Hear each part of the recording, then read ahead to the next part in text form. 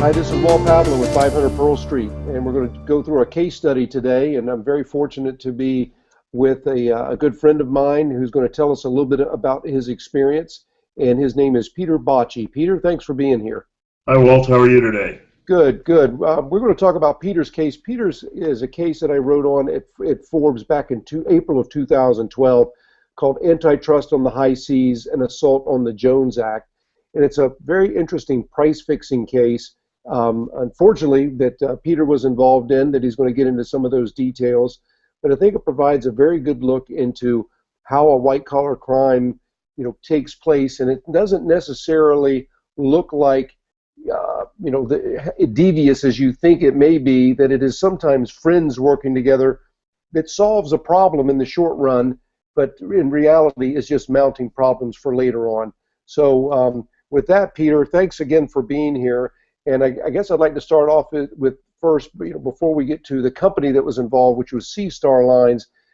Take us back a little bit about your education, working in the shipping industry, and your time that leads up to going to Sea Star.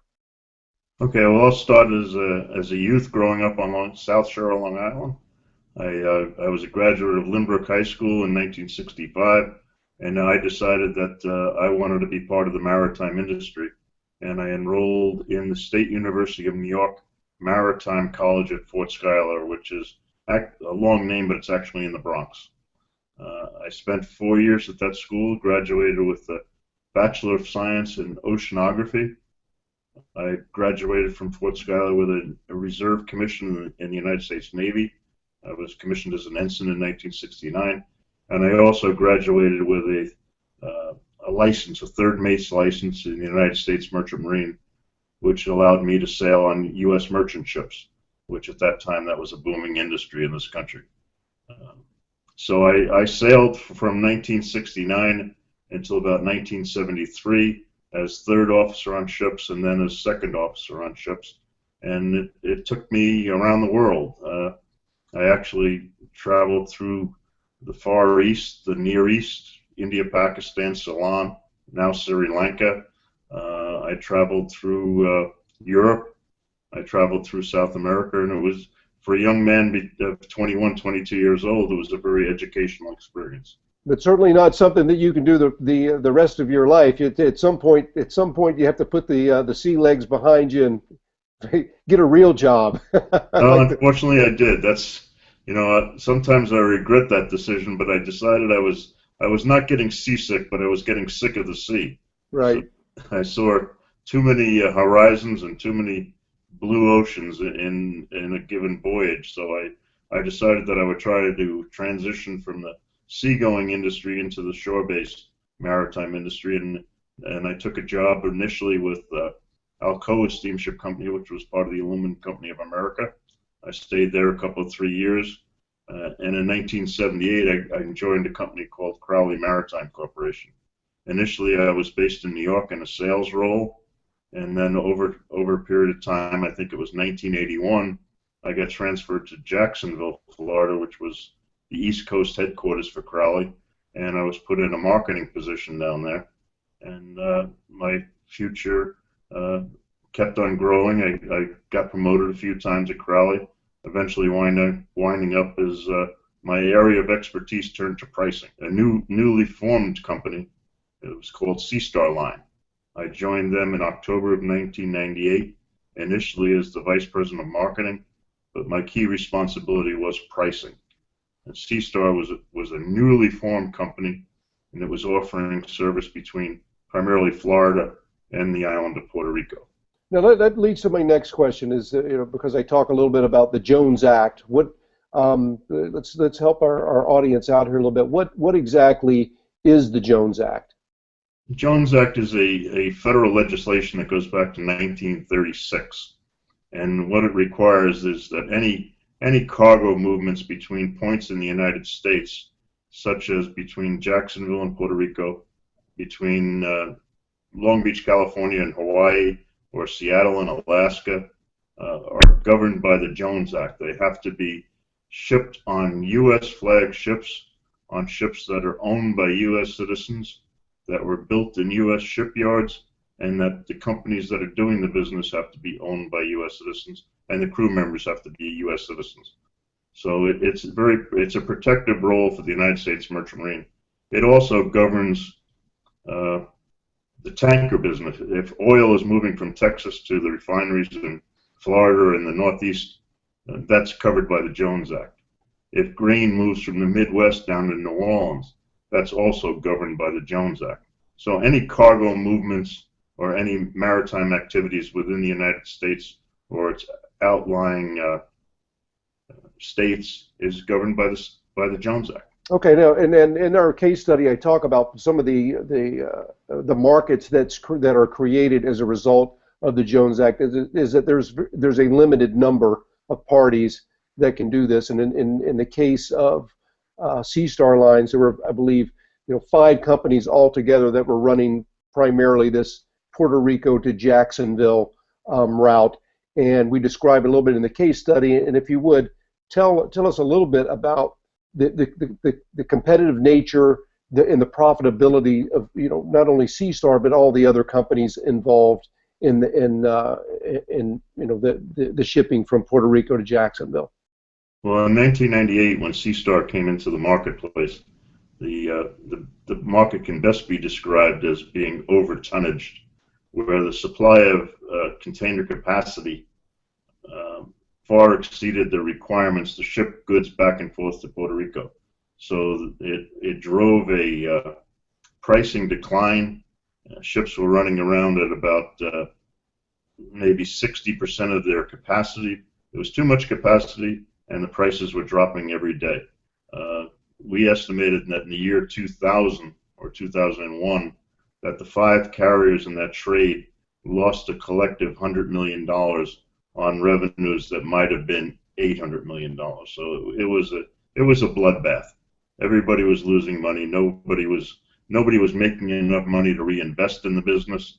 It was just it was a disaster. So with the company's profitability not being very good, I could imagine that the attitude inside the company is that it's not a very good place to work. There's not a lot of bonuses. There's not a lot of people could be looking for other jobs. You wonder if you're still going to be in business at the end of the year. Does that sort of sum up what the environment was like? The environment was very toxic. People were definitely worried about their jobs. Benefits that we thought would come out, like participation in the 401k, Christmas bonuses, those kinds of things, just weren't materializing because the ownership group could not support the losses that we were incurring. And people did worry about their jobs. So a lot of people left. A lot of good people left because it wasn't a good place to work. It was not the kind of place you get up in the morning and said, "I'm looking forward to going to work," because the pressures were tremendous. Significant event that happened then when one of your competitors went out of business. They went bankrupt. A company called NPR, and when NPR went out of business, it was decided that the business strategy was going to change a little bit. Tell me about the dynamic of NPR going out of business, and how did Sea Star react? Well, Sea Star eventually reacted by buying the assets of Navieros at the bankruptcy court. Those assets, I think we paid about $30 million for the assets. Involved a couple of ships, three ships that involved terminal capacity in San Juan, Puerto Rico, and involved container capacity, accounts receivables. But we just made the decision that to buy the company and then take some of the excess capacity out of the trade would be the best way to do that. Would be the best way to rebalance the supply-demand equation, which is what the trade needed. So Navieros goes bankrupt, Sea Star buys the assets, and the primary mover at that time is to rebalance the supply-demand equation by taking capacity out and then looking at what we had at that point in time. Now, in addition to that, it was seen that even the rebalancing, you and I have actually talked about this before, even with the rebalancing, you're still not going to get there. No, we analyzed it.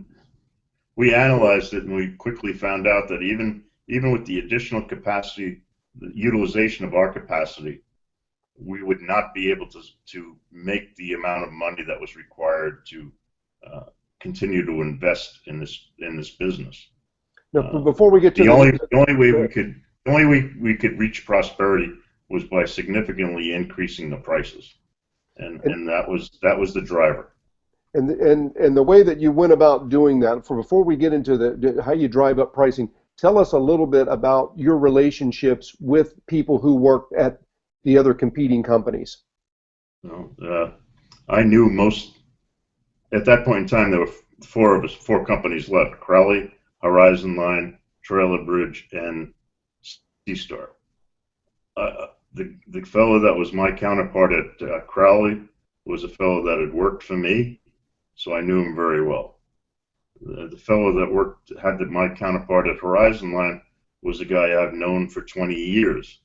And another guy at Trailer Bridge was somebody I worked with at Crowley, and I was able to have both a personal and a business relationship with all these people over the years. Okay, so now with that and a new direction, knowing that the capacity, just taking the capacity offline isn't quite enough, the next step to go is to look at price fixing. It's a solution. It's not the perfect solution, but certainly that was what was decided. Yeah, that was the route we took. And we started having meetings about what would be the pricing strategy in this trade going on. I think the first meeting was in April of 2002, and we started talking about specific customers. We talked about specific market shares, and at that point, the meetings were just between C-Star and Horizon Line, and we started moving forward with eliminating what we described as malpractices in the trade, and getting the rates up. We knew that we had to get the rates up at least 10% a year for over a long period of time. And we went about doing that. Now, we would not be able to accomplish. Go ahead. We would not have been able to accomplish that without some sort of dialogue and establishment of rules between how we would behave with each other, and that's what we did. And so that thus then begins the conspiracy. And as you and I have talked, it was rather an open conspiracy. In other words, was there anybody in your office that you said, "Hey, don't mention that, I'm meeting with Crowley, or the Crowley's on the phone, the competitor's on the phone when you're around me"? It was more or less an open secret. Is that right? It was probably the worst kept secret of my entire working career. So go ahead. I don't know. I really don't know of anybody that didn't know. And the thing is, when you're in the middle of doing this too, you are resolving some issues. Can you tell me, because we just talked earlier about the environment in which you were operating, the profits are lost, it's not a fun place to go to work. There's, people looking for other jobs. There's the threat of losing your job. Now you're fixing prices. Now the things are going up. Now what's the environment at work like? Well, the environment starts getting better. People have a happier step to their day. Things that were massive problems no longer seem to be as massive as they were before. We're able to invest in fixing things that we weren't able to fix properly in the early days. We had new management. One of the fallouts of the loss of money was the first president of C-Star got fired, and somebody else was brought in. The first senior vice president of commercial, who was my boss, also got fired in those early days when we were losing all that money. So we had a new management team coming in. We were making money. It was a much more upbeat feeling to the company. Bonuses started getting paid. People could see that benefits were increasing. Lots of positive things were happening. Lots of good things were happening. No, at the same time as the company's becoming more profitable and you're getting these bonuses, we're not talking about bonuses. You weren't in this price fixing. You weren't, secreting money to Cayman Island accounts in the millions of dollars like other people have done, right? No, I didn't become a multimillionaire from this stuff. It does bring up a good point, though, and this is, as you're doing things that that are wrong, good things are happening. And in that environment, it's confusing. I mean, maybe it perhaps is a little bit rationalization, but it's a confusing time in someone's life when you're doing something that you know you shouldn't be doing, but there doesn't appear to be consequences. In fact, there appears to be rewards for the bad behavior. Well, and I had to rationalize that in my mind because I had in all of my career I had antitrust training. I sitting through the courses with the lawyers and with the various people telling me what antitrust was and what I could and couldn't do. But I basically had to rationalize my own behavior before I could do it myself. And some of the things I said to myself were, this is what's expected of me. The management will never tell me to do it, but it's silently expected of me. The ownership, not the management. I was the management. The ownership expected of it. I said that this must be happening in all sorts of other industries. There must be price fixing in hundreds of industries every day. So I said to myself that nobody would get hurt. That if the prices went up, who would get hurt by that? And I guess the strongest motivation or the strongest rationalization for me was that I never thought I would get caught. Well, before we get to getting caught, let me ask a question about the customers themselves. I mean, your customers are coming to you and saying, "Hey, we got to ship goods from Jacksonville to Puerto Rico to back to Jacksonville." Did any of the customers ever come to you and say, "Geez, Peter, I just talked to your competitor, and they raised their prices"? Few customers that brought it to light. I actually suspect that many more customers thought that, but not too many customers approached the lines with the question about that. Certainly, there was the behavior was suspicious, and they suspected it, but they never raised it as an issue. Not too many did anyway. The way this came to light was, and this is 98% accurate information and 2% suspected information. We had an employee at C-Star who was an executive with the company. He got demoted. Everything points to the fact that he, after getting demoted, was disgruntled, and he went to the Federal Bureau of Investigation and started telling the story of what he thought was going on in the trade, and that's how the investigation started. And in fact, that exactly was what was going on in the trade, and soon the house of cards would fall down. If you could tell us a little bit about the day that you found out that the house of cards was coming down, and what was going on in your life and what was going on at the offices of C-Star. Well, the date was April 17th of 2008. From a personal standpoint, I was on a flight to New York for an Alumni Association event that evening. When I got off the plane in Newark Airport in New York, I called home because I had a voicemail from my wife. She said, "Please call me immediately." When I got her on the phone, she told me that the Federal Bureau of Investigation had just knocked on the door at 6:30 in the morning and wanted to talk to me. And that's about all she told me. She gave me the phone number of the lead investigator, and she said that he wanted me to call him immediately when I had time when I got off the plane. So that was my personal standpoint.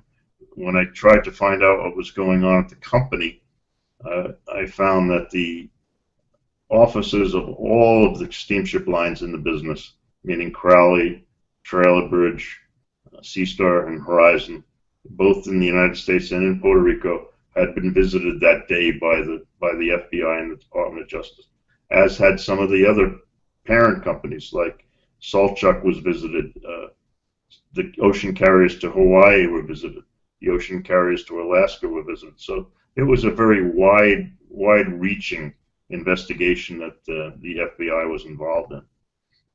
The executives of C-Star, going down, I guess, about two levels, the senior management team and the next level down, were taken into a conference room and basically locked in that room for the day. And one by one, they were taken out by the investigators and talked to, one at a time. And that lasted all day. I wasn't there. I made arrangements to fly home. And during that flight home, I decided that I was not going to talk to the FBI until after I had some legal representation. Peter, let me just take you back in your story a little bit. I'm going to help you out because there's a key point that I think is important to make. What was it that the FBI agent, when you did speak to him momentarily just to set up a meeting, what was it that what was his initial comment to you? The first thing he said to me was, "You probably know why I'm calling," and I did, and so I knew what was going on. It was not, and then he said something to me, and he said, "I'm not going to arrest you today," and that was like a shot across the bow. Right, yeah, because there you're like arrest me. I'm a good guy. He encouraged me at that time to cooperate because the first guy in with the best deal, the first guy in to cooperate gets the best deal. Right, and you weren't the first guy. You weren't the first guy in, but No. you eventually did plead guilty. Can you Yes. tell me a little bit about once you pled guilty? Let's fast forward a little bit. You plead guilty, you cooperate, and now here comes a sentencing date. You think that it's just a guy telling you that he's not going to arrest you. Now you're heading to a courthouse to be sentenced to federal prison. Tell us a little bit about that day. I pled guilty on October 20th, and I had made a decision at that point in time that I wanted to start this process of putting this behind me as quickly as I could. So I pushed my lawyer to get an early sentencing date. I was sentenced on January 30th to 48 months in federal prison. And on that day, I was taken down and processed by the United States Marshals. It was my first exposure to actually being in a cell. It was the first time that somebody said to me, "Have you ever been arrested before?" And that was sort of like, what's he talking? I didn't know I was arrested. And that's when it all started dawning on me. Right. That this is happening to me. Right, and in addition to you, there were other people that were involved, in the case. Other people went to prison. If you could just touch a little bit on so a few of the others, that they were friends of yours and a little bit of their prison sentences, but also tell us a little bit about the consequences that the C-Star and the competitors, financially, went through as a result of this. Well, up to this point, 5 individuals have pled guilty. Myself, one of the gentlemen that worked for me at C-Star, and 3 people from Horizon Line have all pled guilty. All of us were sentenced. Unfortunately, I got the longest sentence, and all 5 of us have completed our sentences at this point in time. We all went to various places. 3 of us wound up in Pensacola, and other people wound up other places. But we all put that behind us, and at this point in time, one more individual, my boss at C-Star, is awaiting his sentencing. It's supposed to be the end of this month, August. I think it's August 23rd. Right. He was found guilty. He was found guilty at trial. He was found guilty at trial, and as part of my cooperation agreement, I had to testify in that trial. And there's one more individual that's going to go to trial next April, I believe it is, which will be 9 years after the raid, 8 years after the raid. So it's a long process. And the companies, the 3 of the 4 companies involved, C-Star, Horizon Line, and Crowley, have paid federal fines for criminal actions into the multi-millions of dollars. There's been civil suits. First, there was a class action suit, and all 3 carriers have paid fines. There were, in the civil actions, there were individual companies that sued the carriers rather than being part of the class, and some of those things have been paid. So, as much money as we made in the price fixing arena, the companies have more than given it back through the fines that have been paid at this point in time, and the legal fees have been massive. Yeah, I could only imagine. So moving on from that, now you've been sentenced to prison, and now you have to go to prison. That's always interesting because for many white-collar offenders, they're allowed to self-report to prison. I assume that was true for you. If you could walk us through that ride there and a little bit of your prison experience. Well, I was sentenced, as I said, on January 30th. I awaited the assignment letter. The the request had been that I be sent to Pensacola was because of the proximity to Jacksonville. I guess it was like 3 weeks before I was supposed to report. I got a letter from the Bureau of Prisons saying to report to Pensacola on April 15th, and to be there between noon and 1 o'clock, or I forget what the exact times were. But I made arrangements with my son to drive me over, and we went over the night before. We had a nice dinner together. We spent the night at a nice hotel on the beach, and then he dropped me off at the prison at admissions and orientation at about 12 o'clock on the 15th of April, and that's when my time started. That was a very shocking day for me. I always refer to my son as my rock, because during this whole process, he's been the guy I leaned on the most. He took care of all my personal issues while I was gone. He was the guy, if I was really down in the dumps, he was the guy I called, and he's been very supportive.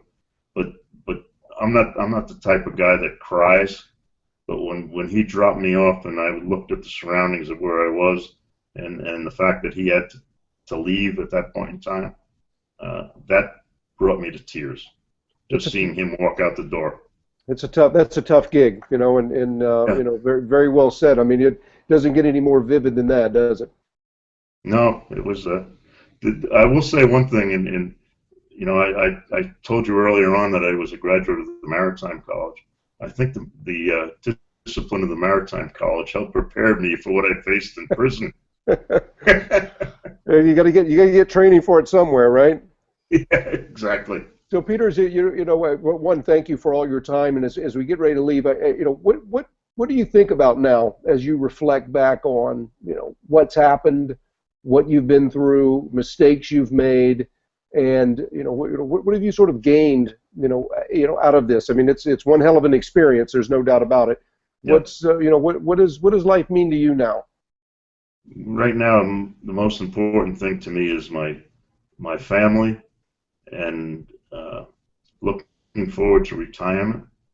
My girlfriend, doing fun things is really the most important thing, and doing things like we're doing now. I have enjoyed talking to college classes about my experiences, and I try to frame it around good people making bad decisions, which is the way I view myself. As I made some bad decisions, there were other ways that this could have been handled, and I just handled it the wrong way. And I hope other people get a lesson from what I did, and it can help them. Well, very good. Peter Baci, besides being a good friend, does go out and do presentations at universities or professional societies or companies. If you'd like more information about Peter, you can actually go to our website, and he's on our speakers page. That's www.500pearlstreet.com. Peter, once again, thanks so much for being here. Thanks for your candidness in talking with us, and I think you put together some really good thoughts for us to think about. Thank you, Walter. Enjoyed talking to you.